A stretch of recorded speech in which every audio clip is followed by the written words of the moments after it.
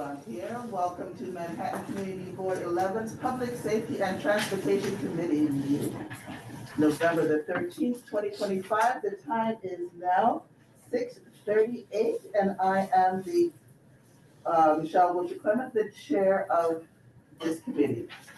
Let us go through a few ground rules before we start. No one may speak until granted the floor. City 11 members, if you have a question about business, about board business, or wish to make a motion, please raise your hand and wait to be recognized. To raise your hand through Zoom, click the participant icon and you will find the raise hand function there. Members should not engage in a back and forth discussion. The chair will recognize the next person to speak.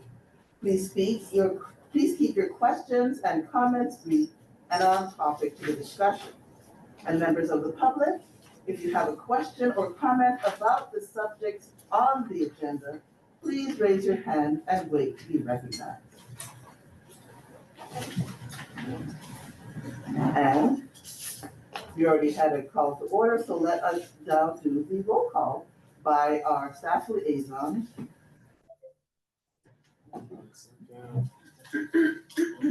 Okay. Is that the door? No, this is the back. This is Oh, this. okay, by our staff liaison, Khalid Nixon.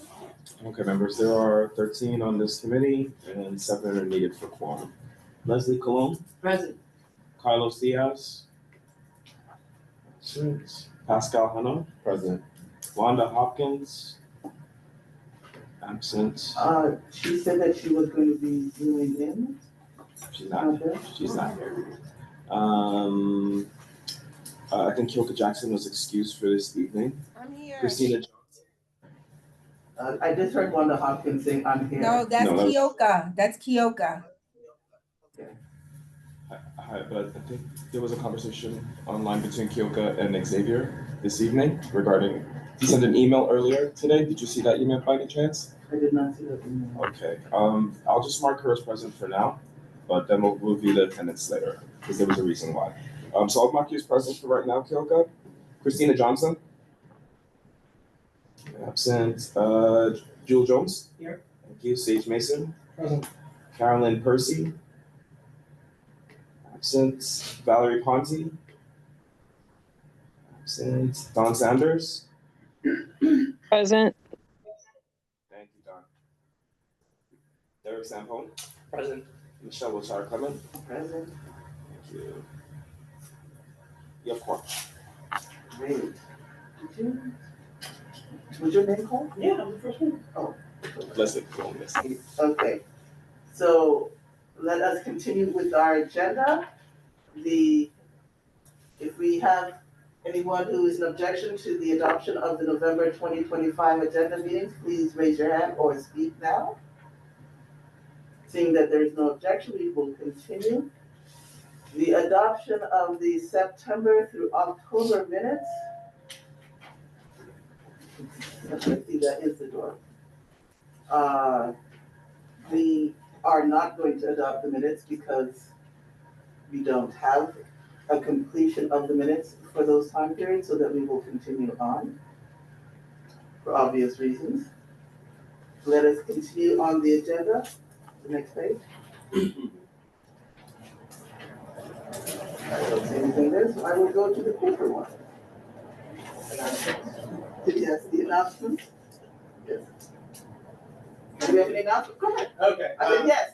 Yeah, so I've been going to all the committees and demonstrating this tool that we're working on with the District Needs and Budget Committee. That just makes it easier to submit new requests and track them as we do our district needs and budget process for next year. So I just wanted to, I think maybe you haven't seen it, Michelle, and some other committees that people who are on committees that I haven't been to yet haven't seen it. So, Khalid, do you think you can make me a panelist for like 2 seconds? Oh.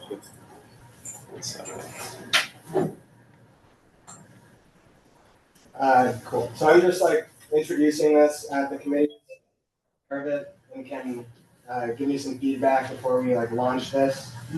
Hopefully in the next couple weeks. I'll share my screen.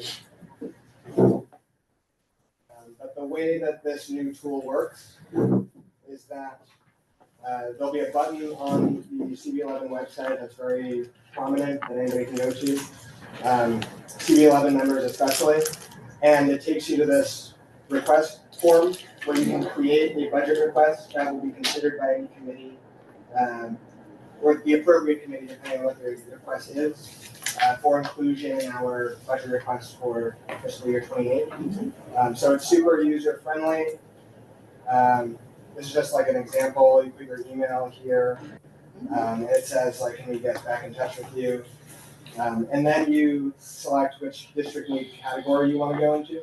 So I might select public safety since it's the public safety committee here. Need type, so needs for public safety. And all of this filters the request type into like the form that is necessary at the end.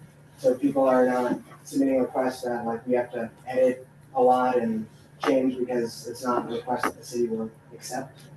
And then you get to this, there are a lot of possible public safety requests, but you might say capital request, renovate, or upgrade existing precinct house. And if you have like an other request, there's an option for that. Yeah, it looks really good. And then explanation, like new, I was gonna say a fun one, but No, but I get it. It looks new good. windows. It looks good. 25th precinct. And I like that this one, it's very similar to the one that we have for the conference sign up, Yes, which also puts it into different pie charts and, it really synthesizes the material very quickly Mhm. into, and it's very user friendly. Yeah. I do like it. And so when you get to the end, it says like, thank you for submitting your request. And then it automatically on the back end sends you an email as the chair of the appropriate committee, the public safety committee. And it's not, I don't have it in my inbox because it got sent to you. Oh, actually, this is it. So it says like somebody submitted a request and you don't have to pull it up, but you get it, and then it has instructions for you. So the committee is to evaluate whether the proposed request should be accepted and added to your annual budget request.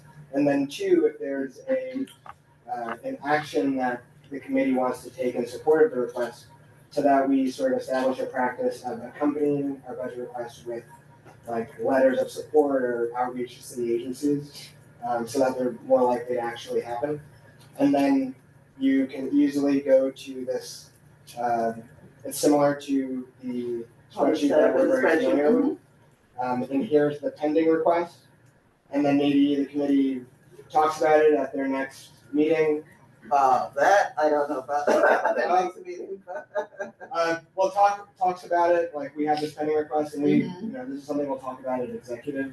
And ideally, like committees will be regularly looking at their budget requests. Oh, yeah, yeah, it sounds good. I like it. Yeah, and then if the committee the following month wants to accept it, you just click accept there. And then boom, it goes straight into the capital budget request chart where it will sit until September or October when you vote on whether to approve the budget request. And this is supposed to just make the process easier, more streamlined, and for new members, it's supposed to make this like more accessible. So anybody that has an idea for a budget request, like now they know how to submit it. And anybody in the public can also submit a budget request, and it will be evaluated and considered in the same way by the appropriate committee. And it's like something we can offer people.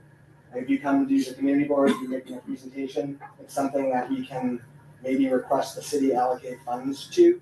Like this is something we can do so that it's like recorded somewhere and there can be an action item accompanied with it and maybe a tangible benefit if the city, which is like, community boards, the city doesn't always listen to us, but maybe they will. Well, we are an advisory group. Yeah. And I do like this idea. However, the whole thing of it going the next month, addressing what has been written, that is not necessarily the timeline, dependent upon what the request is and if the request is viable. So thank you. I do want to make sure that whatever icon that is used is shown to us at a later time on the front of the site. Okay, yeah. I think, I noticed Derek was on the old like website. I think one thing we wanna do is like, maybe make the website just more user friendly in general, because right now. That's another story. That is a whole other story. So let's not veer off course. And thank you, and let us continue. Do we have any further announcements? And thank you for the time. You're welcome. Hearing there are no further announcements, besides, I'm just gonna say, at the beginning and at the end, our safety awareness for East Harlem Conference is happening this Saturday from 9:30 to 10:30 for one portion, and then from 10:30 to 2 o'clock for another portion. The details will be coming up later on. Now, for our informational updates, do we have anyone from the police department online? I did see Detective Powers for a hot minute. Is she still there?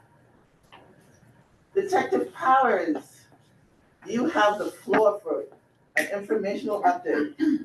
Can you hear us? Good evening, everybody.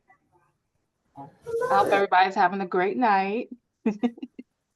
Alright, so I don't have much stats. A lot really haven't been going on, which is a good thing. So overall, we are down in crime by 28%. For the 28-day period, we have 0 murders. We have 2 rapes, that's domestic violence related. Robberies, we are down by 30% with 15 compared to 23. Felonious assaults, we are down by 30% with 29 for the 28-day period. Burglaries, we have 8. Grand larcenies, we are down by 20% with 32 compared to 40. And grand larceny autos, we have 4. Like I said, we don't really have like much going on, knock on wood, thankfully. We haven't like had any like shootings, anything that happened in the past 28 days, which is a great thing. So I'll just end this with our next community council meeting is Wednesday, November 19th at 6 p.m. and it'll be at the 25th precinct. And then also we're in the works of planning, our annual, Christmas toy drive. So anybody else have any questions, feel free to ask. And that's it for my report. Thank you. That is a very good report to hear that so many things are down and 0. I have 2 questions for you. One, are the grand larceny, was it grand larceny or grand auto? So it's a grand larceny and then there's a grand larceny auto. So the grand larcenies is 32. So most of those grand larcenies are coming from the shopping stores, specifically at East River Plaza. Like the stores over there. That's where we're getting most of the numbers from. Okay. All right. And the domestic violence, the rapes, how can we, or what is being done to help in that area? So normally, depending on like the nature, it's usually a sensitive topic, so we don't get into details, especially if it's a domestic. But normally, like in those cases, it's usually like husband, wife, girlfriend, boyfriend, like those are like the usual typical reported incidents. But because of the sensitivity, we can't talk about it publicly, the rape. Now, if it's like a rape that happened like in the park or like, public place, then we can give little info on that. But anything domestic violence related, we can't give information on that. Okay. Thank you. Anyone have any other questions?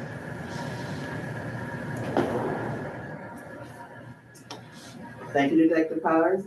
Will we be able to see you this Saturday? Well, I'm not in on Saturday. So, but the 23rd precinct will be in on our behalf. Thank you. No problem. And we'll And the toy drive, are we to bring the toys to this precinct? Is there like a little area that we just drop things off, or how is that done? It's usually the precinct, like, you bring the toys here. And we have it every year. Our president, Keoka Jackson, and the rest of our community council, like, we all work together to have it. So normally the drive is where we accept donations, and then people come in and, like, bring their kids. We give out Do you toys. want them wrapped or do you want them unwrapped? Do you want it wrapped saying boy and girl, or do you want it? No. It don't have to be wrapped. You just bring it as is. It's gonna be set out on the table and the kids pick it themselves. So Beautiful, we'll thank give you. everybody more information, like, once we have the date finalized and everything, but we just want to announce that, like, this is our usual thing. It's gonna happen this year, and, more details will come. Thank you, Detective Powers. No problem. Thank you.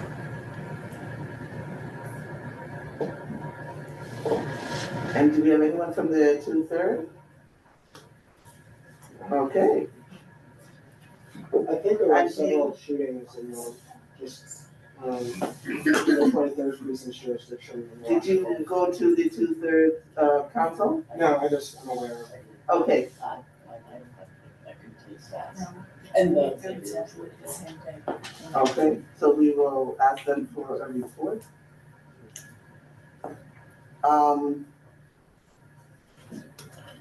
Anyone from the fire department?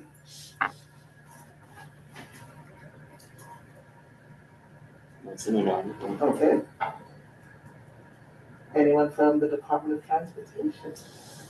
Absolutely, as always. Rafael Antonio Escano, Manhattan Borough Planner from the Manhattan Borough Commissioner's Office. I do not have a lengthy report, but I'd like to just to remind you about the letter that we sent you Yes. regarding the request of the 120th Street and Pleasant, which I hope you received it very, very happily. Yes. That I would like to also to remind you that that is well connected with the 116th Street Improvement Project as well. So I'm unable to tell you when these two things will happen, particularly the installation of a traffic signal as well as the speed bumps. And I was very happy that was also approved, as I indicated in the letter that I sent you.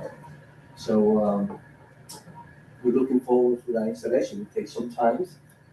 As far as the other project, they're contemplating moving it to probably 2026. But we are coming back to you with that 160th Street street improvement project. Well, I know that, did everyone here have a chance to read that letter? Is it from the police here? Yes. Match 6, the 120 Pleasant traffic light? Yes, Yes. Yeah, yes. the 116 out of Although the 116 that that is being slid into the conversation. Yeah, I noticed that. Is the, can we redesign the 116th Street corridor? Can't, I mean, in my opinion. Well, in the committee's opinion, we took a stand saying we enjoy the culture of 116th Street the way that it is. And don't mess with that. In a very simple way. But we do like the daylighting, because that saves lives. And we do, and it's in the letter, what we like and what we didn't like. So we'll get back to you on that, Leslie, in a short moment. No, to interject with the 160 corridor. I wanted to add what you wanted to say about 102nd Street. 102? 102? 102 bus?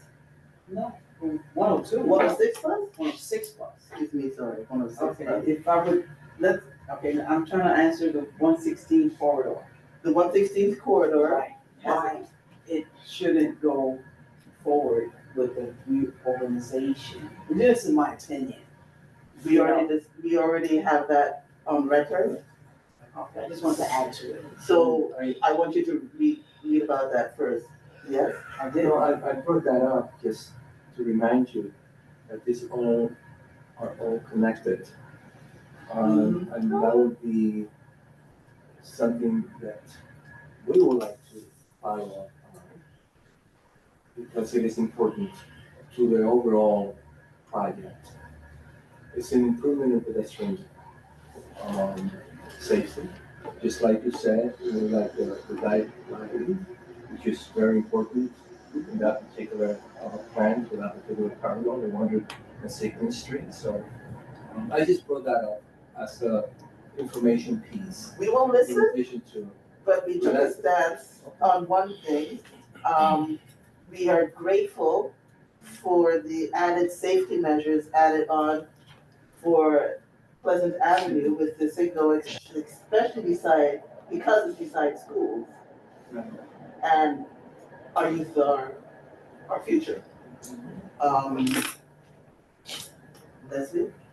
I wanted to reiterate that the 116 by narrowing the crosswalk. That's the only cross-town street that we have for emergency vehicles, and because we have been, Lenox Hill has taken away their units from this area. So now the units from this area will have to go to the west side, and that's the only thoroughfare that goes across town. So if an emergency happens on the west side, the ambulance on the east side can only get across on 116, because there is no cross town on 106. Yeah. So it very narrows the way that the ambulances and the fire engines navigate going across town. the safety factor has played a very important role in the planning. So that will definitely be included. My apology. Well, due to the fact that Lenox Hill has taken away so many ambulances But that's to safety. service this area, this community, it's hindering on the units to respond to a cardiac arrest, a child with asthma, a stroke, an overdose, because the only cross town is one. And now if you narrow it down, nobody's gonna move. That will be improved. That safety factor that you mentioned will be increasingly improved. Well, As it is right now, because as it is right now, you might find that the congestion, the parking, that will kind of prevent that what you are talking about. That ability for the ambulance to go through in a very fast way. So the safety factor in this plan is the most important thing that has been kind of looked into in order to complete a project. And I'm not bringing this up as a presentation. I'm bringing it up just because you have commented on it, but it is not my purpose to kind of go over it, because there will be other professionals that will come back and they will be clearly more educated than I am in order to answer your questions. So we could wait for the next time. We'll wait for the next time. Right. However, we will do our due diligence to find out the stats from EMT On the fire. and the fire department ahead of time. Okay? Thank you. Any further updates? No, that was it. Thank you. Unless you have any more questions. Pascal raised his hand first. Okay. Thanks for coming as always, Rafael. Just wanna bring to your notice that, another chair sent you an email. Maybe it's been getting lost in your inbox. It's regarding sidewalk conditions around energy developments. It's a housing, it's a. It's a Wagner? I believe so, yeah. Yeah, that I have reported it to the unit, Okay, okay? And Just- I think they have sent an inspector. I can look into it.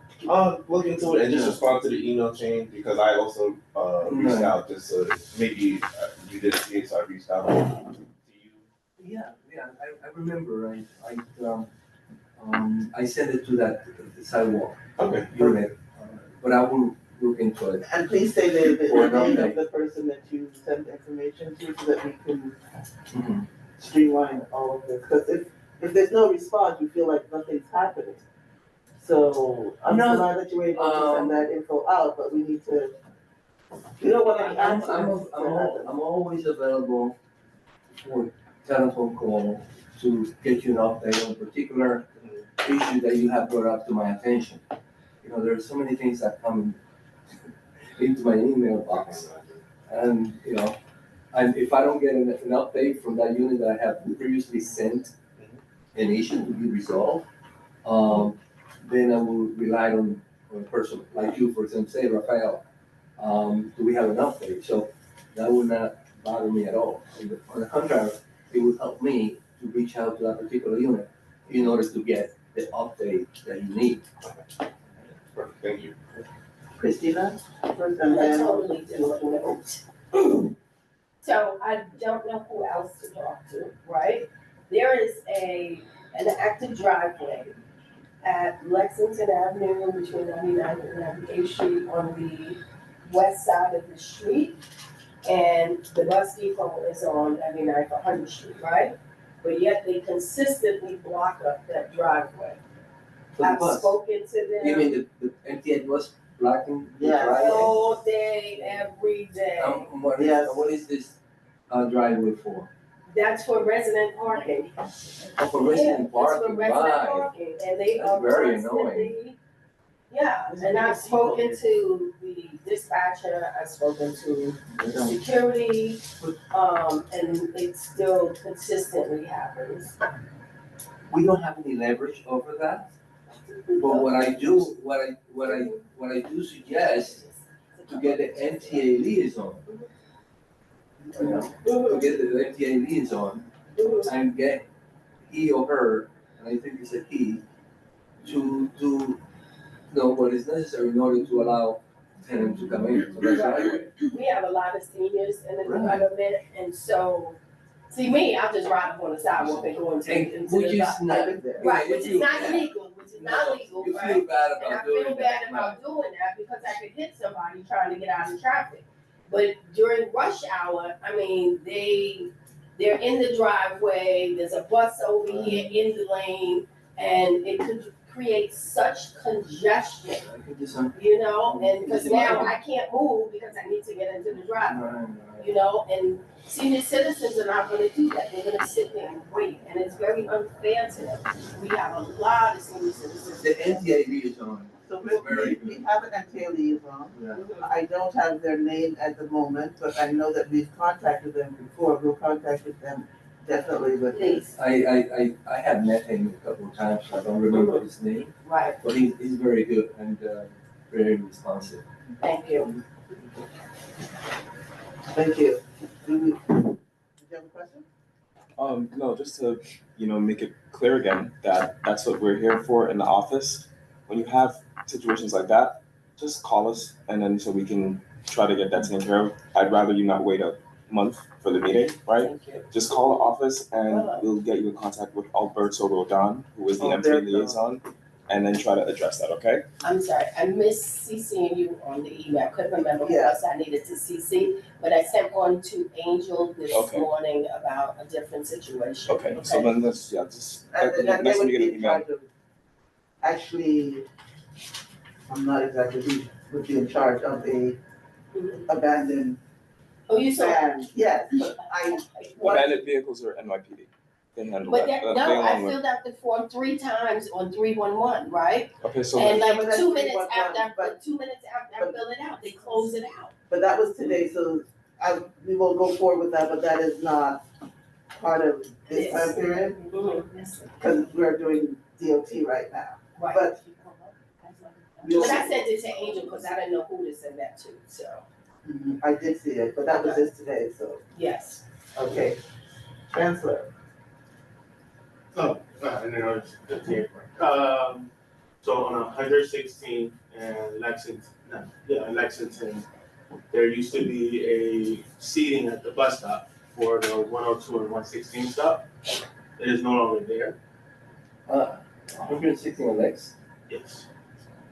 On the north side, North it's side. right in front of the Dunkin' Donuts. Okay, that's on Lexington, right? Yes. On the corner of Lexington, right there where the 6 train is. Okay, is that the bus stop? There's a bus stop, but there's no. And the bench was The removed? benches were removed. The bench was removed. All of a sudden, I didn't even really notice that the benches were From the removed. bus stop? From the bus stop.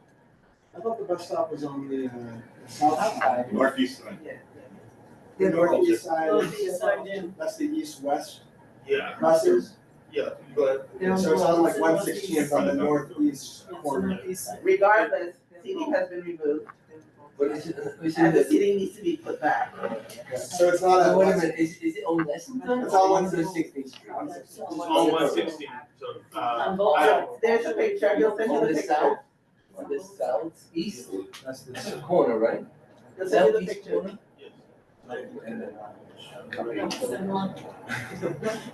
Does it have to do with this one? So, let me, Where the bus stop is. that was not a bus shelter, there was a bus shelter there, right? Yeah, no, there was never a bunch A of. bus shelter, that was just There the were seats, furniture that DOT installed, right. and it was removed. It was removed. But shelters should also go there. That is one of the busiest bus stops. But if you go to 116 and 3rd, the shelter is there. And we don't keep the shelter there because people still use it, but the most gathering of people happens at that stop. There were seating, and it's just gone. One day, just came there, it's gone. No one has requested a removal that you know of. No, I have no real information, but I would guess that maybe some of the business owners requested that because a lot of people hang out over there and do drugs and stuff. but that, We we don't know, that's a guess. Yeah. So we're not going on guesses, we're going on what is needed by the community seated. Well, when we installed those benches, Mhm. it's because we found that that location is appropriate for those benches. And even if someone requests its removal for whatever reason, we have received a number of requests to remove benches throughout, particularly in the upper east side, because there are a lot of homeless using it. There's unhoused And our individuals. response is that we have done this appropriately, and those issues are enforcement issues.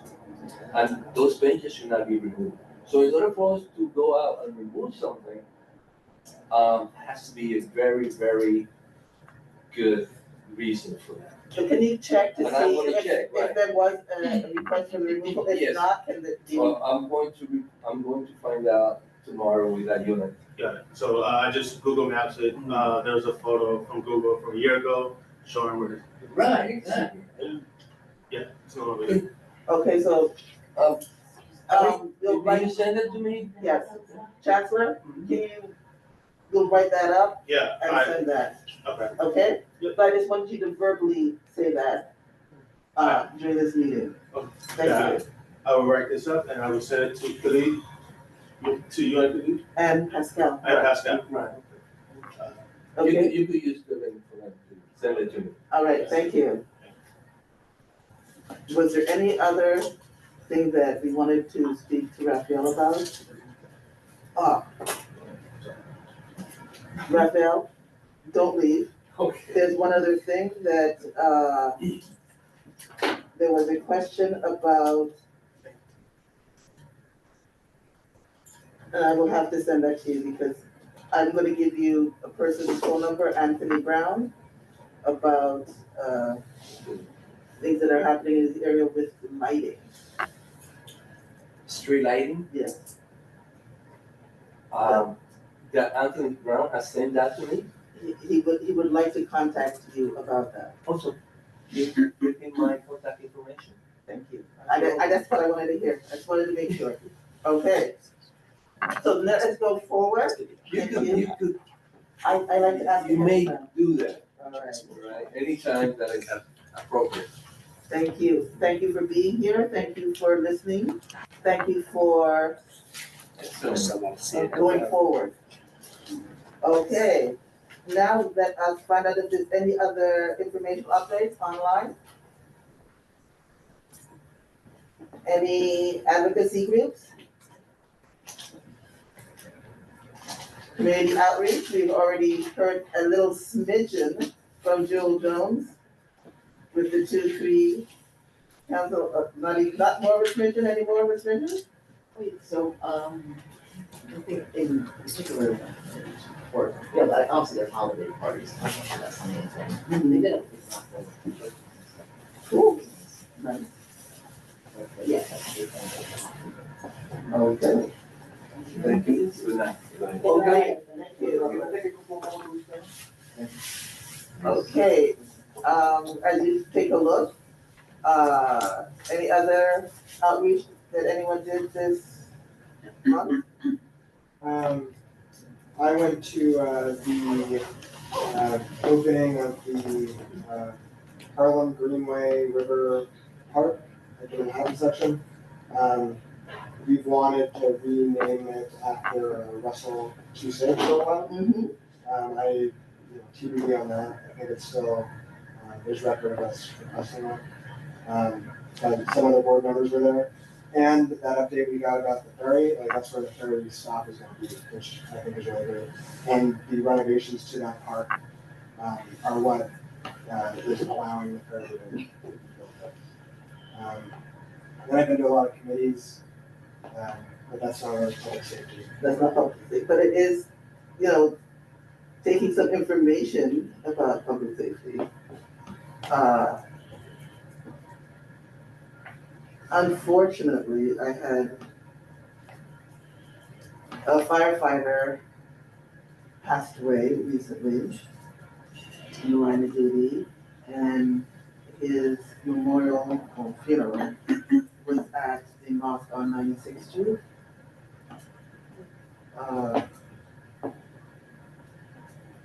And another individual, just a few weeks afterwards, also died in the line of duty in Brooklyn. The first one was an EMT.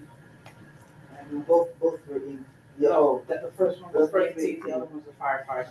He was the, sorry. yeah, I'm very sensitive when it comes to that. The first one was a paramedic, Yeah, Randall's Island. yes, he was an instructor at Randall's Island.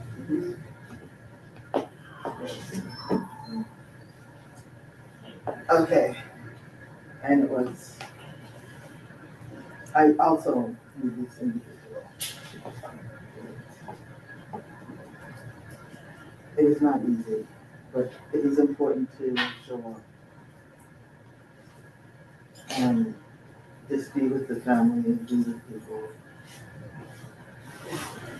The second person was very instrumental with some firefighters in this area, and I did not know that person.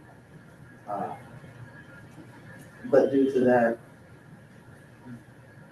the person, he will not have representation from the fire department this Saturday. Everybody shows up to, and they should. Anyway, can we have a moment of silence for these individuals?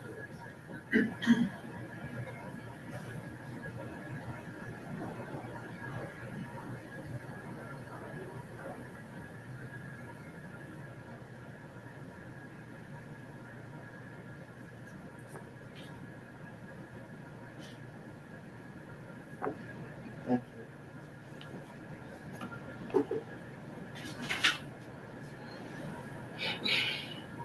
Okay. Do we have any other outreach?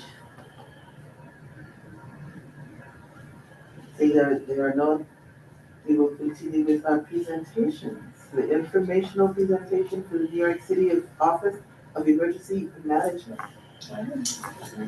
You have the floor. Please introduce yourselves. Sure.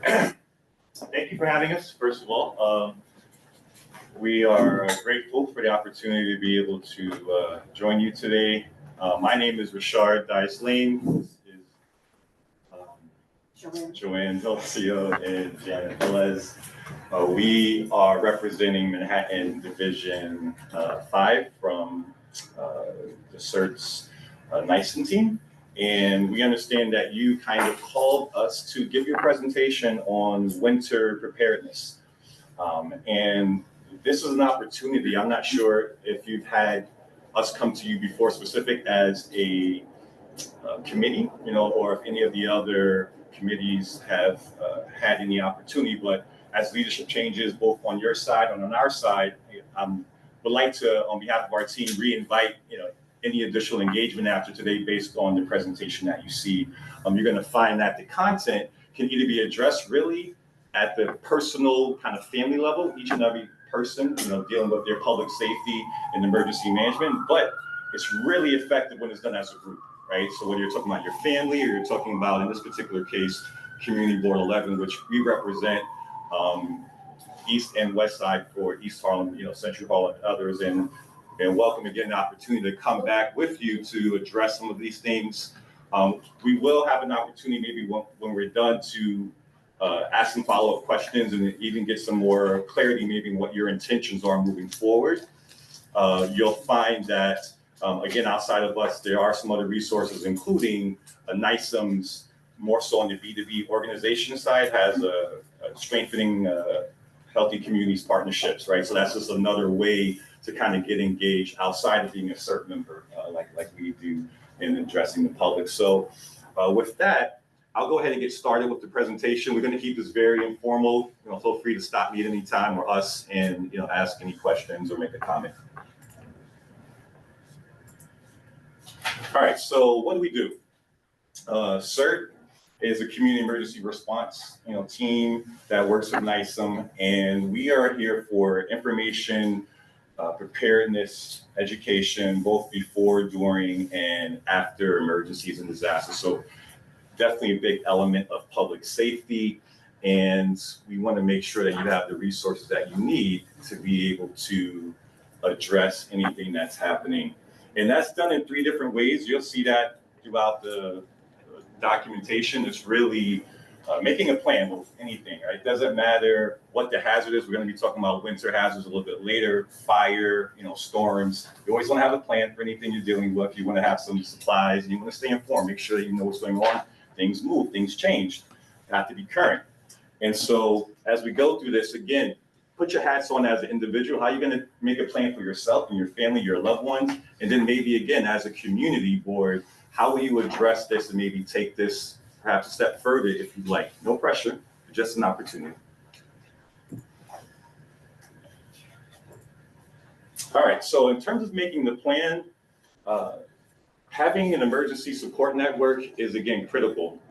You really want to be able to make sure that you have contacts, people who perhaps have different knowledge, skills, and abilities about some of the things that we're talking about in your network to help you address whatever it is that you're trying to do. You want to write down important things related to your health or lifestyle that may be relevant for someone else in that network to know about. And then also be aware of things like transportation related circumstances for people, whether it's you or your family. Maybe you have a vehicle, maybe you don't. If you don't, that changes the game for you in your network.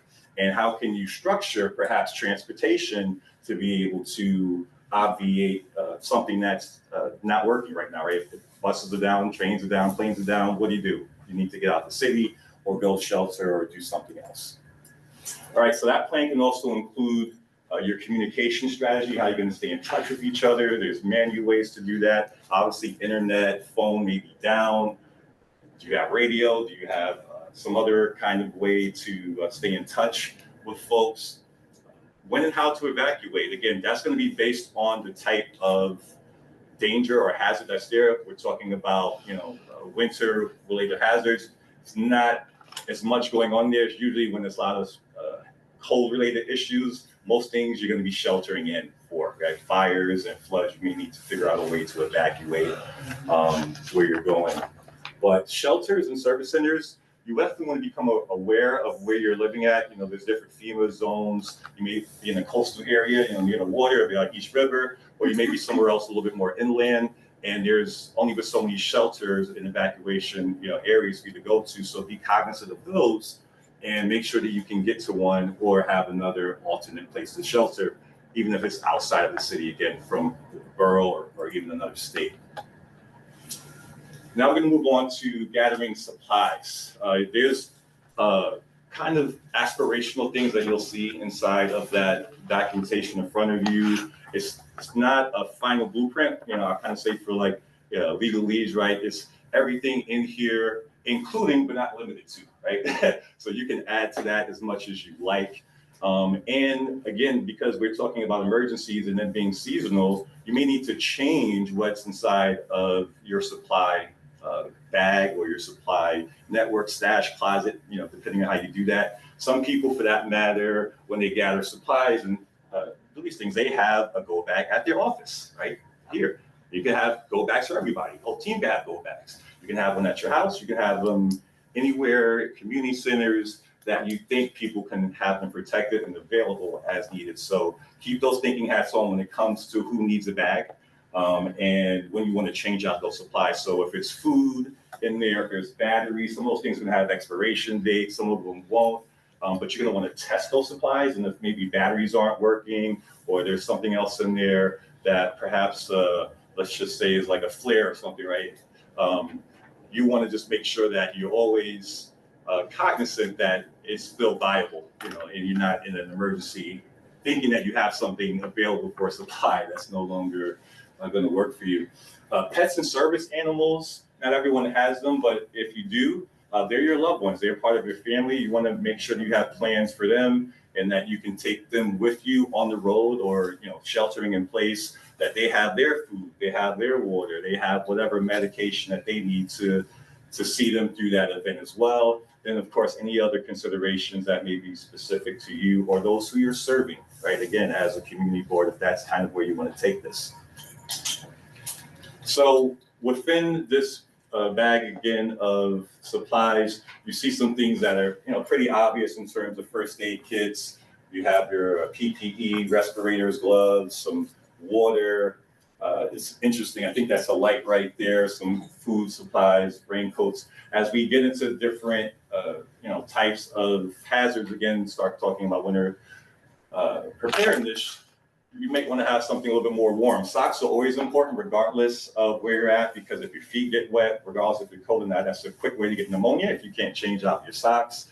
And likewise, if you're wet, having a raincoat will keep you from getting wet and having risk of any types of health elements from that as well. So again, lots of different things that you could put inside that supply list, but it doesn't have to be limited to these items. Really think about your specific goals and objectives when it comes to what you're trying to do, and specifically for the type of hazard that you may be dealing with. And if that go bag is in your house or in an office building like this. And in terms of staying informed, there's lots of information online on NISMS. Obviously, you found out about us.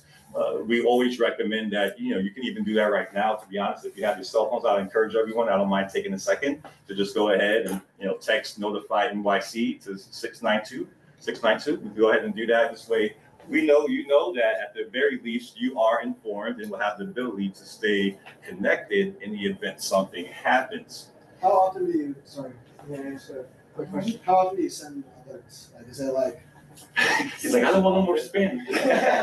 Well, when you notify New York, you'll get all of like Amber alerts, you'll get all weather alerts and stuff. I mean, sometimes it can be very annoying, but. Oh, maybe I should not. But it's not like the one that's your location, just that every 5 seconds you have something come up that happened within your location in your area. That, just add on to that. So it depends on what you sign up for in Notify. So Notify has a lot of things you can actually sign up for, click mark and everything. So if you want to pay attention to just the trains, you can zone in and just get alerts just for that. I love notifying life. So If not, what happens is you get you're listed for everything, so you'll just get everything. Thank you. Any other questions, comments? All right, awesome. Everyone signed up? People Well, I'm comfortable? gonna Yay. It's in the book, you don't have to. Along with some other, yeah, contact and resources to. What was that little orange thing on the side? You said that was a flashlight? I couldn't figure out what. I don't in know the if I can go see if I can previous go. one. It's in the book too, the picture is in the book as well. Okay, that's if you're sunscreen. Oh, Yeah. the sunscreen, okay. I wasn't sure what that was, like. Thank you. But again, these are personal items, Yeah. you would do it based on you Yeah. and your family. That's sheltering in place, this one is for sheltering in place. The actual go bag here is when you have to leave, if anybody knocks on your door and says you have to evacuate. I was right by the door.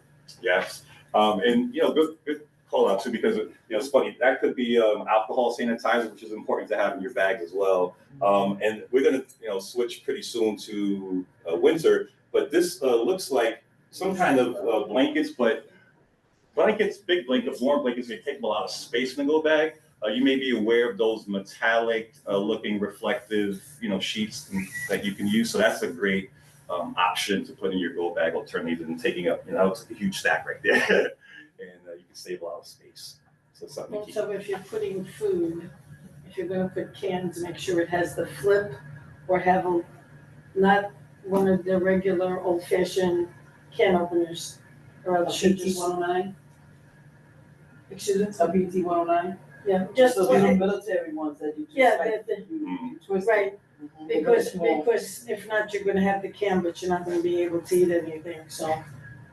And don't keep salty stuff in it, because the more salt you wind up eating, is the more water you're gonna need. And they already say you're supposed to have 3 cases per person, which we also know is a little crazy for New York City. So, Thank you. All right, so as we move on to the winter preparedness, obviously you called us here because you know it's important. And when it comes to New York City winters, the cold is already here. And hopefully we won't have heavy snow. We most likely will see some ice. Always be aware of black ice when you're walking, driving. Sleet and freezing rain, dressing warm and stuff like that can always be helpful, can cause disruptions. So all of these things, right? And we have acid rain even in New York City at times. So utility disruptions when this snow falls on stuff, it has lots of weight, can crush things, it can cause all kind of damage. Same thing with visibility, accidents on the road with transit disruptions, down trees, depending on where you're living, can interfere with ingresses and egresses, health risk. As we see people get cold, they're sick, lots of hospitalizations, and then flooding. You don't think about flooding, but again, it's ice, right? It's snow. Once it melts, all of a sudden, depending on where it's at, it's going to potentially cause flooding. And then for everyone here, the increase in fires and carbon monoxide poisoning, and this is really, where you guys, or us as individuals step in, because this is the part that we can control, right? Making sure that we don't contribute to or preventable, should I say, issues related to fires and poisoning that are at home with our equipment. So having a plan, again, is important. Being prepared to shelter in place with respect to heating travel bans. The last thing you want to do is be trying to leave the city in low visibility and it's really cold and it's just not really a great situation to be in, period. For someone to maybe try to get to you if something would happen, right? It's going to be hard for responders to maybe even see you, let alone get to you covered in snow. And so, knowing how to get information, so you should make that decision as early as possible to stay or go. Winterizing your supplies, we talked about again, because it's seasonal, you can add blankets, make them warm and big if you want, or keep them small. Socks, gloves in your go bags. There's also lots of other types of items. The key here is being able to make sure you can withstand something for at least a week if possible. That may seem expensive or unrealistic for some people, depending on their budgets as your constituents, but you want to make sure that maybe at the very least you have food and water, right? If your power's out, your refrigerator is not working, no one's able to come to you because of, again, there's this unprecedented snow levels, whatever, supermarkets are closed, supply chain issues, no one's going to come save you. You have to save yourself, right? So this is what this is really about. And thinking along those lines can really save lives at the end of the day. During winter storm, you have the option, depending where you're living, to call 311. This is not as applicable to some of the townhouses and stuff, or co-ops and NYCHA properties within the CB11 area. But if you happen to live, single family homes or know people, making sure that you address gutters, this could be very dangerous, obviously, if that falls on you and stuff as well. And checking on your neighbors who may have had carbon monoxide poisoning or something else, and you haven't heard from them, is a good thing. And making sure that you do basic maintenance in terms of clearing snow away from roofs, curbsides and hydrants is always a great thing as well. It's something that we can do individually to help our communities out. This again is kind of showing us, it's a group effort when it comes to keeping New York City clean and safe in times of winter preparedness. So New York City Sanitation is taking care of our streets, crosswalks, and bus stops, including especially ones without the shelters. The parks, New York City Parks is addressing sidewalks, crosswalks near and inside the parks. DOT is addressing our overpasses and bridges, throughways. JCD Cox is franchisee of the DOT that helps with the bus shelters that sanitation doesn't address. Then obviously MTA is going to take care of entrances to subways, and us individuals, again, if you have a home, sidewalks and driveways, if you a business, that you can perform maintenance on yourself to keep yourself and maybe your loved ones who come visit safe. Yes. For residential areas, isn't like a time frame when they go out to remove snow? They have to wait like an hour or whatever. There's a time frame before they can do snow removal. You're speaking about the city having a time frame in which they can come afterwards to start putting down plowing or salts? Or build them, like residential buildings. A residential area. Yeah, I mean, to my knowledge, I've never heard of such. Don't take it as gospel that there's some time frame.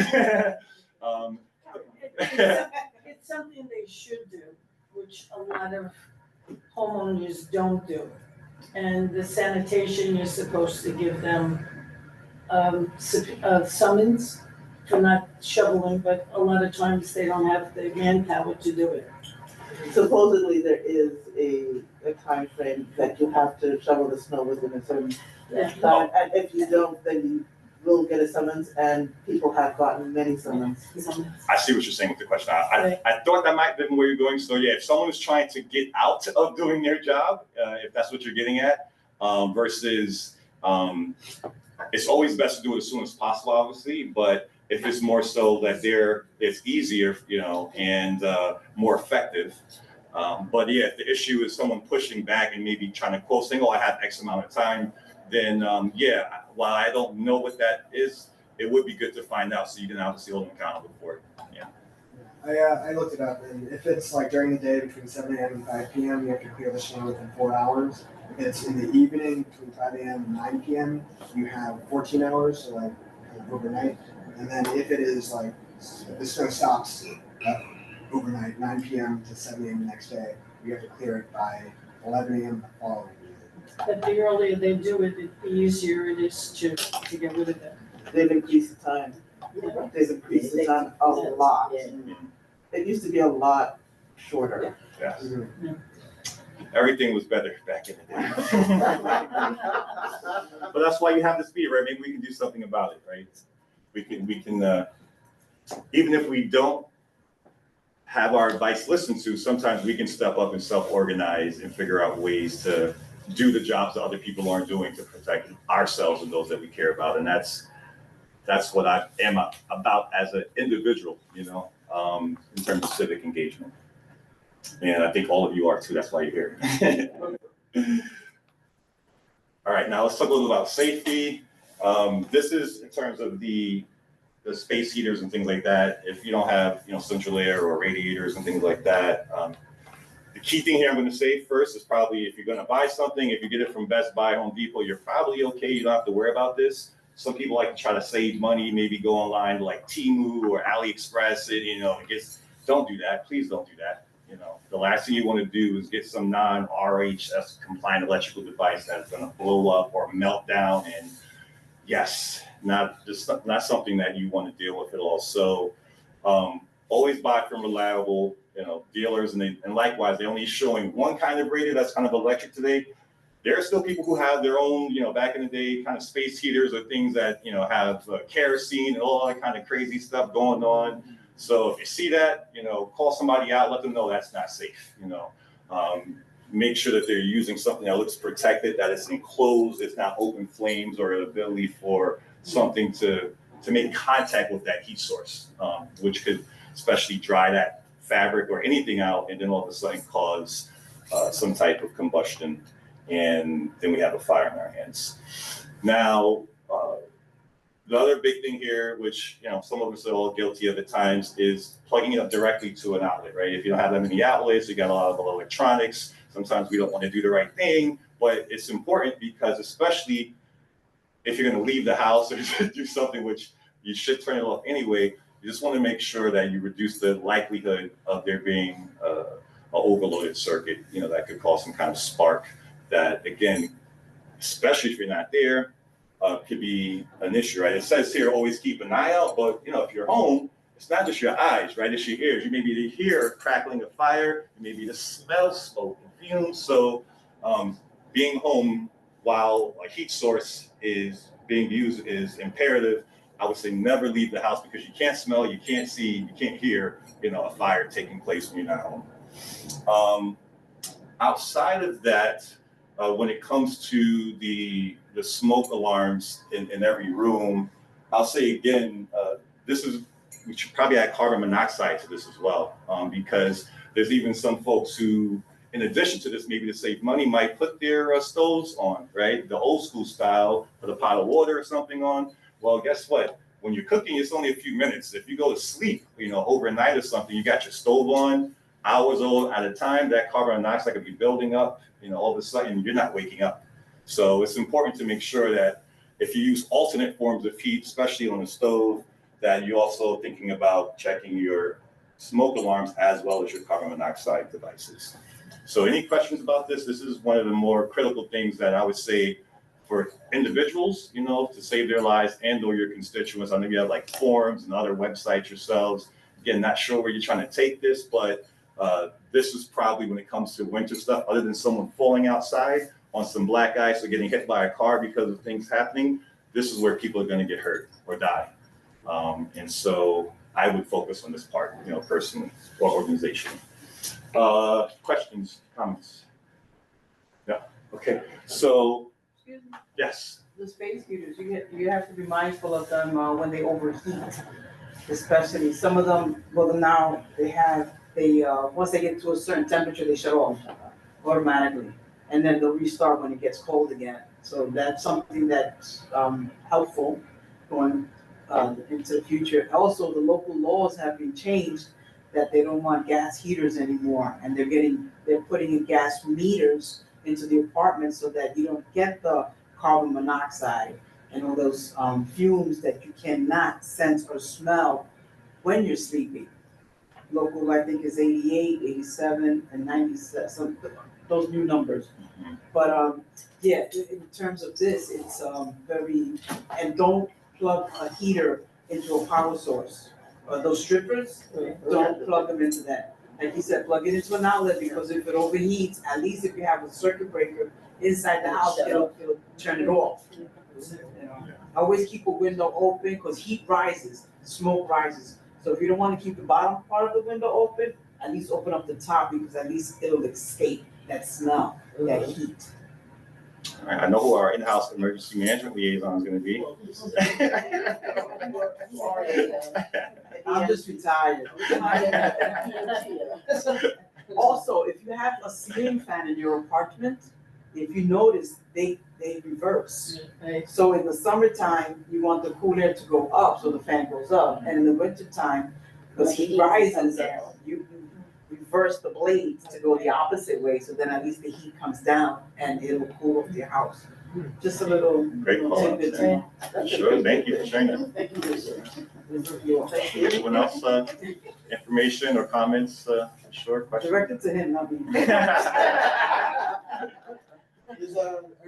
Is there more to the presentation? That is pretty much it. We were gonna say there's some resources, that, are inside that sheet that, that you Can already you have the say the documentation. resources out loud because this is being recorded for YouTube?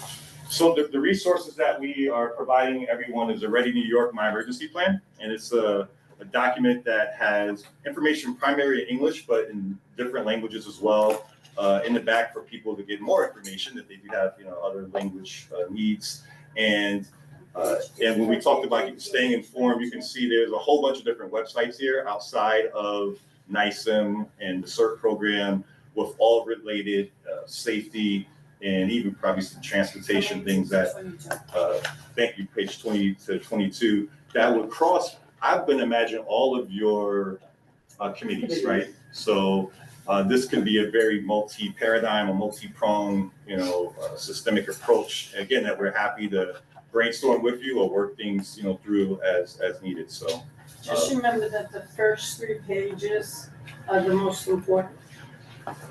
This is your book, everybody in your family has to have one, and it should go into the go bag. But your contact information is important.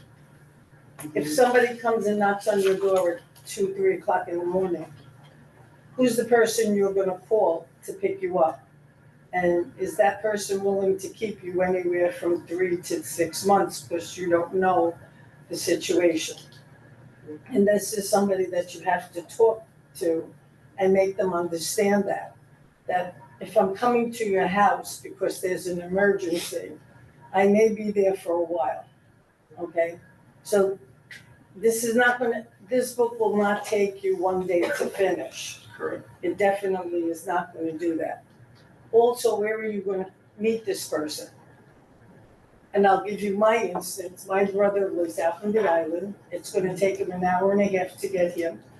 My meeting place, because he's coming in and over the bridge, would be 120th, either on 1st or 2nd Avenue. At 2 o'clock in the morning, I do not want to stand on either one of those corners at that time. So you may want to turn around, and then also if you have somebody that has to go to work the next day, do you want to wake them up? Have them drive you, then go back home. I mean, they have already lost 3 or 4 hours sleep, and then go back to bed to get up in an hour or 2 to go to work. One, you have to have a plan or place where you're going to meet that person. 2, are you able to meet that person or want to meet that person at an unearthly hour?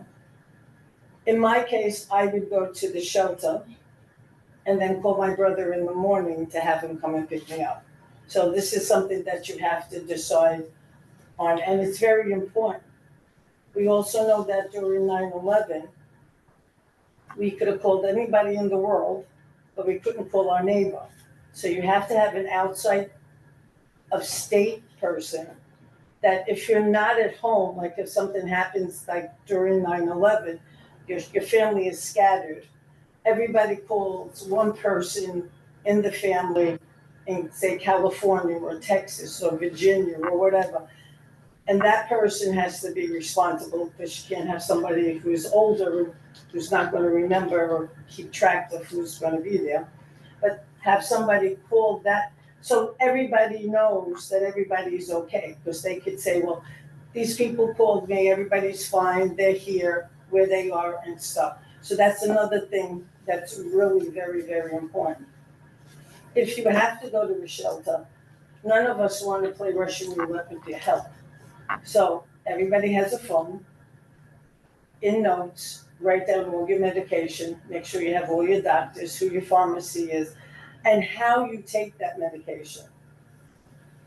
Because it's important to us, because if you're in a situation where you're taken out of your natural environment and you may be nervous and not remember the name of your pill, oh, but it's white and oval. Well, there's a lot of white and oval pills, and we don't wanna flip a coin to decide what it is, so we really need it written there. You write it on a piece of paper, and you attach it to this. Make sure you and you gotta make sure you tell us exactly what it is, okay?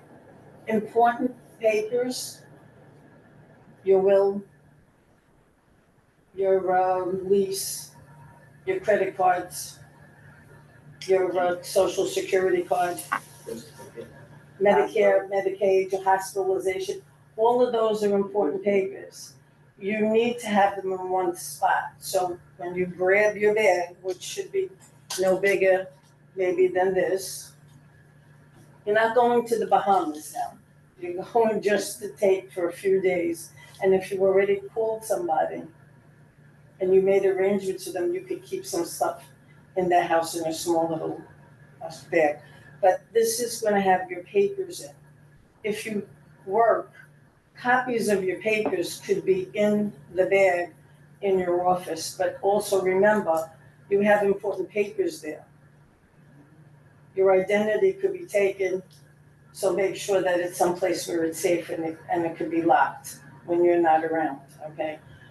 It's going to take you a while to gather the papers, to gather all the information, your medical, and for me, I have a stent, I'm right arm restricted, I have diabetes. I have to have this all listed down, because if I'm unconscious, I don't know, look, somebody comes, they touch my right arm, I'm right arm restricted, they're not gonna get a good pulse in this arm. They're not gonna get pressure in this. So it all has to be listed, so we know what to do in case of an emergency. So the first 3 or 4 pages are the most important. The rest is all common sense. You have to have 3 cases of water per person in your house. We live in Manhattan. If you have 3 people in your house, that's 12 cases of water. And I don't think any of us have a room for 12 cases of water. So you go through it. It's going to take a while to do this, but this goes into your go bag. So you know, and everybody in your family has to have a go bag, including your pets, because you just don't leave them around, even if it's a goldfish. Do you have a medical alert tag on your bodies? No. You should have one. I should, yeah. But I have it, and every time I go with somebody, I always tell them. And all my friends already know I'm right, I'm restricted, I have this, I mean, they have the whole list down, so it's like. Right, if you're alone. But if I'm alone, yeah. Yeah, some people say, medical alert tag will alert any emergency medical person of what it is, so they'll know what to do. What to do, right. And also on your phone, you can download, emergency medical. So if your phone is locked, you can unlock the medical side part, right. on your phone. Yeah. Without having to go through all the It goes codes, and everything it'll review. Well, it is also on my phone, I Right. have that all. No, they Yeah. don't know, I'm just No. saying that. No, I don't want my phone anyway, so it's always. Oh, cool, can I? No, but that's something that it came out with the new iPhones, and we caught people that were unconscious, and it's like you just swipe it up, Right. and it says emergency, and then it says medical ID, and it has all your information there, and it's on your phone, you just download to your phone, and you can put everything in it, what your medications are, what you're allergic to, you're an organ donor, who to call next, stuff like that. Yeah. But it is a good thing to do. But this isn't going to take you a day or two. This is going to take you maybe a month before you get all your information and stuff. Do 1 page at a time. That's what I always tell everybody when we do a go bag. And your go bag is personal to you, not what I want in my bag. It's what you want in your bag, what you want to eat in your bag, what materials, if you want to read, if you're a reader, put a book. If you do crossword puzzles, put some of those in, especially if you're going to be at a shelter or somewhere. All right? Thank you. And I will put one caveat to that. If, as an individual, that's true. If you are working in a group, right, and you perhaps have someone who might be, in this case, carrying a bag, or for other people, right, or supplies for other people, you may actually store things, that belong to someone else in your bag, right, or help, provide logistic services and things like that on behalf of others. And because, as Joanne says, this is not a static role of responsibility, for yourself or for your family. Staying informed, all that information is probably static, right? The websites, the phone numbers, none of that's going to change. But as the seasons, change every year to year, as you age, right? As you have kids, you get married, or whatever the case may be, that plan is probably going to need to change, over and over again. And the same thing will go for the types of supplies that you need. So if you want us, involved or NYSEM involved to help you both as individuals, or as an organization, perhaps iterate through some of these different things over time, we welcome the opportunity to engage with you further. So thank you. Thank you. Thank you. Yes. Hold on a second. Hold on, Khalid? Yes. Wanda Hopkins said that she's online, can you take note? Okay. Okay, you see her? Mhm. Okay, go ahead. Do you guys do like any, I know go bags are specific to individuals, but do you do any go bag drives? Not so much drives, but we do have relationships with like the National Guard and some others who provide go bags, to those who, if you had like a specific go bag presentation with this group, they will provide some bags for you. We work with various youth groups and educational partners at times, and sometimes there'll be like a back to school, book bag thing that you can maybe turn into a go bag. So we don't fund or necessarily help people raise funds, to get go bags, which is again why I think having savvy individuals like yourself, both personally and organization, try to figure out how to do those things is important, because otherwise they're not available, and it can be an expense for people, not just the bags, even what goes inside the bags, right? People can't afford that. And the National CV Guard does Fleming could do, run something that with the National Guards, they have a whole program. And at the end of it, it is a 2-hour process. But it may, if everybody speaks English, it doesn't have to be bilingual. Where it would be like only maybe an hour and a half, and they give a very good go bag. And what's good about it is they have the plastic containers. It's a 5-gallon container where you could put water in if you're staying in place, to put water in case your water is no good. And that's something to collect. And I think you could get them in like Army Navy store or one of these camping places. It's a 5-gallon plastic jug, which is very good. I mean, and that's helps. And people don't realize that as soon as they hear of any emergency, even if it's just weather-wise, is to fill up your bathtub. yes. Because once you flush, if there's no pressure, you're not gonna get any water. So you need a bucket and just to refill your tank up to flush again, or else you're gonna have a really smelly bathroom. But it's also good, the preparedness seminars that they give, the National Guard, they require at least 50 people in order to bring, they won't bring the prepared bags if they don't have a certain amount of people per each seminar. But you could make it So, to the community. so I'm just saying that is their minimum, which we could definitely get 50 people and they would bring whatever is necessary. And Leslie was just saying that there was one. The Manhattan Board had put it out at the beginning of the month, or last month, and I attended that seminar at 1 Center Street. And Diana Ayala had it 2 years ago at 55 East 11th Street. Senator Serrano does a lot of them too. Yeah. So you could always call his thing, but I But think. It's the board could do one too. Yeah, I think we should. And we could do one if we want to do that, but just not right away. It's not, but we can plan for December, January. I saw the one that the board president does, but I think it was at like 12 or 1. It's like midday. It was midday, so that's why I was able to go. But the one that Diana had, it was in the evening, and a lot of people showed up. At that new, what I've been through, the one on 111th Street, Park. Yeah. So it sounds like we are enthusiastic about doing this. Yep. I'm thank you for your presentation. You have sparked us to move on forward. Awesome, that's what we like to hear. That's our job, and again, we're happy to help partner with you any way we can, so just reach out again as you need. Thank you. Take Can I care. get another book for my mom? Yes, there's more here. Be happy to give them all to you. We'll take all of them. You can have them all. There's 20 of them there, so use them as you need them, and there's more, as well. And We if can get more. anybody wants to join CERT,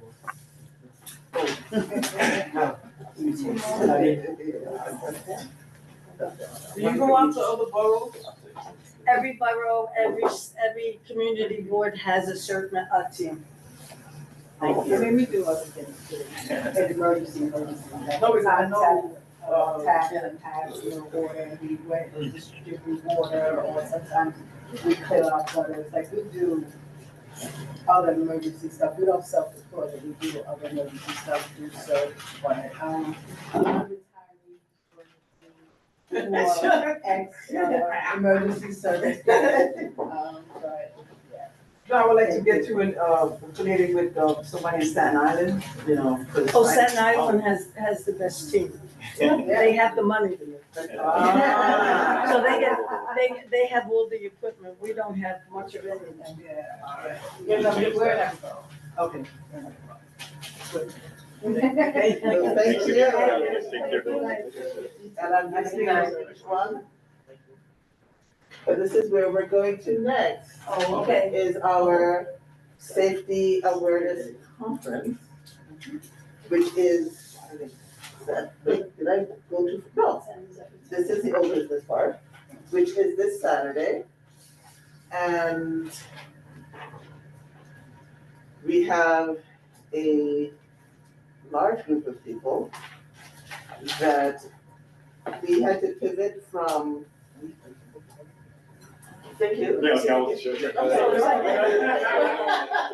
I'm sorry, there was me. I was gonna be sad because I'm inviting you. Please come.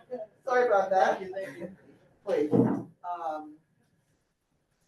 the keynote speaker changed, as things do. So we pivoted to a panel. The panel being, and because my printer just decided not to work. Oh. The panel is now individuals from the 2/3 precinct and the 2/5 precinct. They are changing back and forth. We're getting the captains for both of them, commanding officers for both of them. The commanding officer for the 2/5 has changed, so don't know. But we're gonna be getting someone from the NYPD. We have the district attorney's office, the public advocacy office, the legal aid society, as well as individuals that are now in what is kind of the collaborative policing. Things have changed greatly due to the administration. So these groups, as well as maybe someone that is with the School of Social Work, they have been invited, but they just received the questions today. The main question being how to keep guns out of the hands of at-risk youth in our neighborhood. And leading forward stemming from that. What I'm asking individuals here, who is able to come, can you come and help? And what capacity you would like to help in? Before the actual conference, there is a bike ride. We're in partnership with Civitas, which is having a bike ride sponsorship with Barrio Bikes and City Bikes. So it is a free bike around the safety areas of Harlem, going going into Randall's Island and then coming back to the Sullivan School of Social Work between 9:30 and 10:30. After that, then there is the registration and hot cocoa and continental breakfast. The event starts at 11 o'clock. And panel, then presenters, which would only have maybe 3 minutes to 5 minutes after. The main part of the conversation would be during the interactive lunch for them, and there's also tabling. There's a third space time period where our mental health is extremely important, and just having a bit of fun with how do we explore something outside of the box. Ending with tea. A tea experience, which is part of the third space experience. And then clean up between 2 and 3. That is the run. The dean of the school, as well as the associate dean would like to do, I've asked them to do introduction. I felt that was a hole last year. What is the space that we are actually in? It will be recorded. I did invite an individual. I don't know if they're gonna be coming or not, but because I did invite them weeks before they were elected, they may or may not show up. So I don't know. And this is Mayor-elect Mamdani. And we've invited Senator Serrano,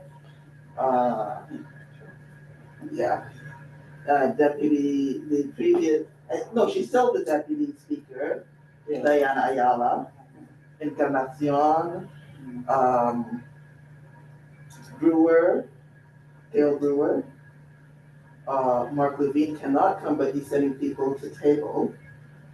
And Council Member Yusuf Salam can come, but not stay for the panel, but he will send people to table as well. So we also have, it's important because immigration services are changing instantly. It's important to have that for public safety because people are just being taken off the streets, and I just wanted that information to be part of our. She got it. And to have that be as part of our public safety always. The last part, can you, are we just discussing like immigration there, or are there like people standing guard? No, they will have like a few minutes to speak because that's part of the shorter presentation, but they will be tabling with information. This is the new MOYA, I think that they're called. It's New York City Commission on Immigration Agency. So it's from their mouth. I'm in a meeting, I'll come right back. And there's also a New York City Agency for Aging, because most of the kids that are at risk, excuse me, going right from my eyes, most of them that are at risk are in households with elderly. And so that was added on as well, also by New York City's Mayor's Commission. I'll be there after 11. I have an appointment in the morning, but I'll be there. Okay, so that is the run-up show. What I'm asking people, where would you like to participate if you are coming on Saturday? I don't want to talk to nobody. Registration. Yeah. Okay. I'll be there. I'm happy to do whatever. Like, I'll be the low market. Okay, so what we do need is, people who can bring people from the lobby Entrance to the state, upstairs, second floor. to the second floor. Dawn was doing that previously. Is Dawn Sanders online? Do you want to do that again, Dawn? I would love to do that. I'm a little under the weather, but otherwise I'll be there. What time again? 9 o'clock? You can get there as early as you want or later. The doors are opening at 9 o'clock. I will be there at 9. Cause to set up for the continental breakfast ahead of time. I will not. I think do it. I'll aim slightly earlier. Slightly earlier than 9? Yeah, because I feel like last time I got there, I was able to meet the security guards and be nice with them and, like tell them what was happening and give them a list, because otherwise they were getting all bent out of shape. They aggravated Mark 2 years ago. Never again. We sure did. Okay. So registration starts around 10. Registration starts at 10:30. Okay. I get there at 10, have breakfast. Okay. That's not coming until. So, yeah, I'm the one who goes out and gets the breakfast. It's hot chocolate, marshmallows, cocoa, Of course, whipped cream. Oh, yeah, but No tea. completely nutritious. Of course, there's tea. I'm a tea drinker. Bacon and eggs. Yeah, no. See, continental. So croissants, but I mean that I'll provide that. Lunch is pizza, nice, simple, to the point. Let's get back to so Dawn will be there at 9. You gonna be there early too? Was gonna be there early? So all the bikes are gonna be there at 9 AM from Barrio and City Bike? You have to register. I registered, I don't think I said, did it ask whether or not? No, there's a different registration for the bike. Okay. And don't forget your ID. They won't let you in. You need to have ID. What about the weather? What? Weather, What about the weather? if it snows Or rains. or rains, you still gonna ride the bike? Yeah.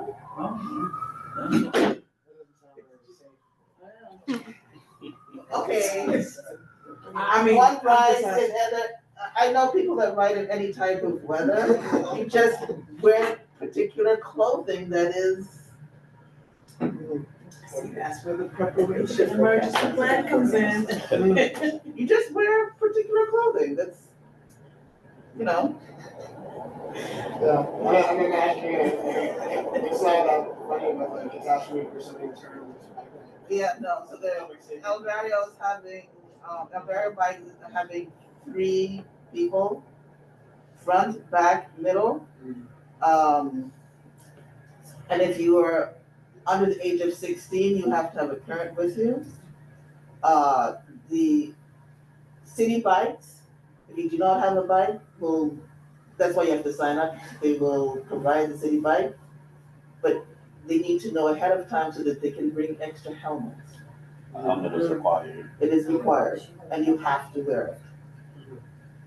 Okay? Who would like to do cleanup? I'm gonna be there the whole day. I can help you clean it before.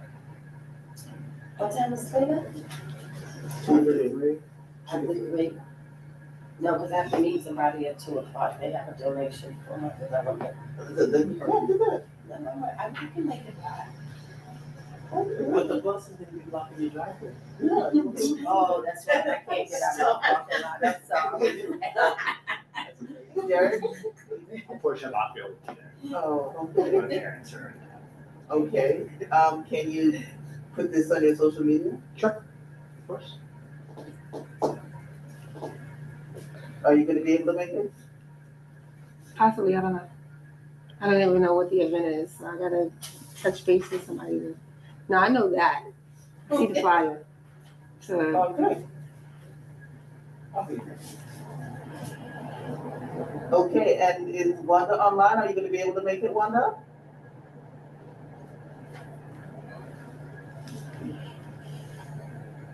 Is she on as panelist? She had moved off the panels, but I gave her speaking permissions. Okay, And Don has a question. Don has a hand raised. go ahead, John. Do you have the name of the person who's like our, like, you know, every year there's like a lady who's waiting there. Do you know who the person is this year who's gonna like check and make sure we do what we're supposed to do? Huh? I know that Lolita is the person who is my contact now. Lolita. Lolita. Okay, because I remember when I went in, she was able to open up the kitchen or Ali, I don't remember, but you know, Lolita, I look for her. If I'm there early, you know, if I'm super early, for whatever reason. And Christian is going to be the IT, AI, or the tech person. Yeah. And then Ali, we just have to get an extra pizza for them. we always do. We always do. Yeah, we do. We're getting pizza from Patsy. We just went. And whatever else we figure out to get from Patsy. Yes. Logistics, like the last time. Go ahead. You had, like breakout rooms, you went in the auditorium, then you went upstairs. There's no upstairs, it's gonna be all on the same floor, thank goodness this time. And yes, the breakout rooms for the interactive lunch. It's just easier when people are closer together. And not going back into the auditorium because that just defeats the whole purpose. It's more so just going towards tabling after breakout rooms and then tea. Okay, so did we leave anything out, Pascal? No, that was the gist of it. I think I'm gonna plan to not do the bike ride or ride at 10:30. Bike ride's fun. I know it's fun. I don't know any females that are on this bike ride so far. No, I can't make That we're gonna do that. I'll take the motorcycles. Yeah, there's no motorcycles happening, yeah. No motorcycles. Okay, so I think, so we have people coming at 9 o'clock, people for cleanup, thank you. People for registration and people to walk people up from the lobby. We're doing okay. All right, and now for determining the allocation of our committee funds. We do not know how much funds that we have at this particular time, but I would like to take a vote for, that we can use whatever funds that we do have for this conference. Well, we have the treasurer here. Do you know? Need somebody to make a motion? Yes. Yes. I would like to make a motion to use our committee's allocated funds to support the expenses of the public safety conference. Colleen, does that work? Yes. Which is nice to find that out. Wanda Hopkins now has her hand raised. I'm sorry, who has their hand raised? Oh, wait, sorry. You're in the middle of a motion. Never mind. Wanda had her hand raised. She made a motion, she said she made all in favor? Aye. Anybody abstain? Any objections? Explain my abstaining. I typically do, we do not get treasurer's reports. And right now, you guys, the chair of this committee, you're not even clear about the amount of funding we have. And to me, that's irresponsible and it needs to stop. We need to have, it's not directed at the current treasurer at all. I was on this board years ago when Robert Rodriguez was the chair, so There were routinely we received treasurer's reports. I typically will abstain because I have no idea what we had in terms of the budget. Do we know it's $500 that was said last year, you know, what is the exact amount? And to me, it's just like, oh, nebulous, it's like, you know, up in the air, so I've had a clear, you know, stance on what this community board has in terms of a budget. Perhaps I would, you know, say yes to them, but I just can't, so I'm abstaining because of that. Well noted. And that's why I had started off by saying whatever the amount is, because I did not know what the amount was, that it would go to the conference. Sage? My vote in the affirmative is based on the assumption that this committee, like other committees, gets the $500. And that's, I know that EcoDev had $500, so I assume that we also have $500. District Needs and Budget apparently doesn't have $500, but this one does. However, I did not want to overstep by saying we have this automatically. Thank you for verifying that that is what we do have. And we did take a vote. We had one abstention. And did everyone vote? Khalid? Yeah, nobody else has anything. What did Wanda want to say? Wanda keeps going in and out, so it's. Wanda, you have the ability to speak. You want to go ahead? Did you have a question? No, she left. She's not here anymore. She might be having issues. She's having issues. I know she kept trying and she did not text it to me. Okay. We'll circle back to you, Wanda, if you can hear me. She's not. Okay. New business. So, We should be here. Two weeks ago, one of the constituents that lives in Franklin Plaza was waiting on First Avenue and 106th Street with her daughter to take the bus cross town. The bus driver was lingering on 105th between East River and First Avenue, between Wilson and East Rivers. I guess that's a holding area, layover. So the bus always comes at 7:55. He always comes through because people know, and the bus stop was full because everybody was going across town.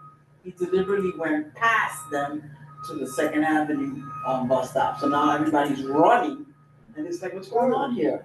So our daughter needed to get on the bus to make sure she got to school across town. And she chased him down. He's like, what? Real nasty, very abrupt. And she's like, I have asthma, my daughter has asthma, I have to chase you down the block. You know, why did you bypass us? He's like, so? But the bus stop was full. So she took a picture of the bus driver, the number, the license plate, and made a 311 complaint. I forwarded it to Michelle. And it's like, why is he doing this? Because he was late. He was supposed to have turned onto 106th Street from 105th Street at 7:55. It was 8:15, and he was just lingering there. So now he tries to catch up to where he's supposed to have been at 8:15. And a lot of people in Franklin Plaza were very upset because they relied on that cross town. And now that it's gotten colder, and now that it's gotten darker in the morning, you know, they're very cautious about who's out there when they're waiting for this crosstown bus. So I don't know what has happened. I don't know how to follow up on this, but I figured I'd bring it to this committee so they can find out what can be done or what will be done to this particular bus driver, because a lot of people were telling me that this is not the first time. That is only with this particular bus? 106, the M106, when he comes around. And that bus does not go 24 hours. I think after 8 o'clock, it doesn't come across. So now with this new train station that's coming, we need that bus to be coming constantly. And it comes sporadically because you have the M96 and then you have the M106.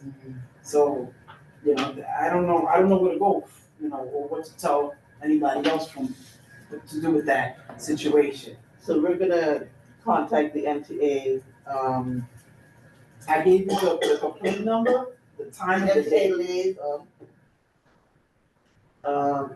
Start with that. Write a letter. Make sure that there's more 301 complaints made, not just one, but keep making those 301 complaints. Right, that's what I told the other constituents, because they come to me and complain, and it's like, wait a minute. Just because I have the shirt that says board, it's like, no. Yes, Christine?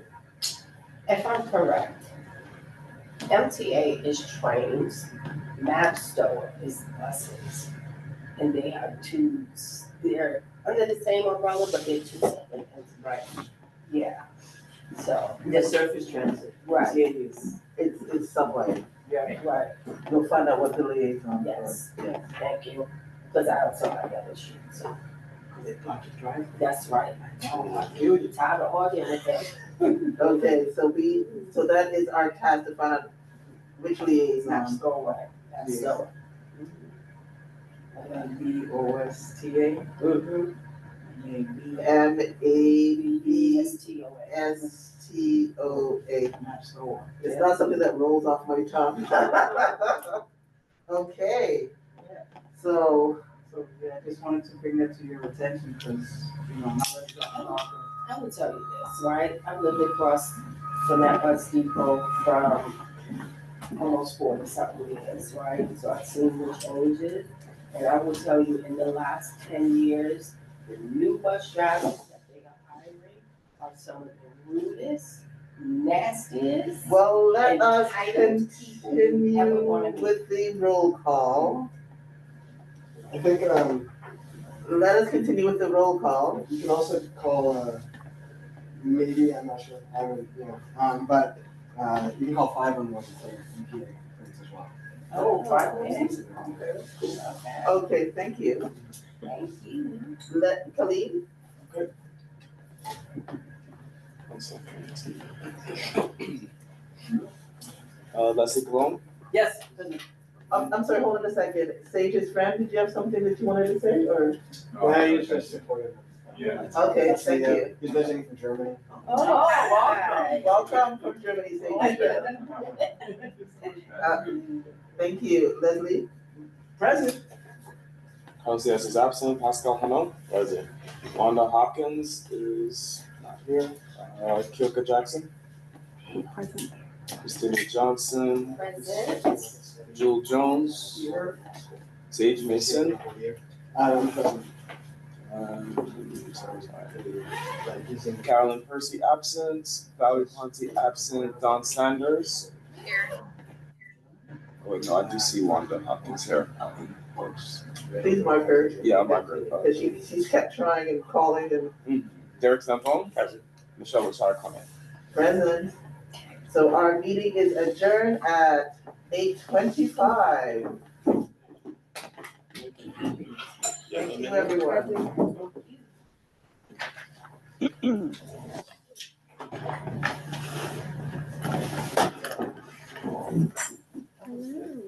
How are you?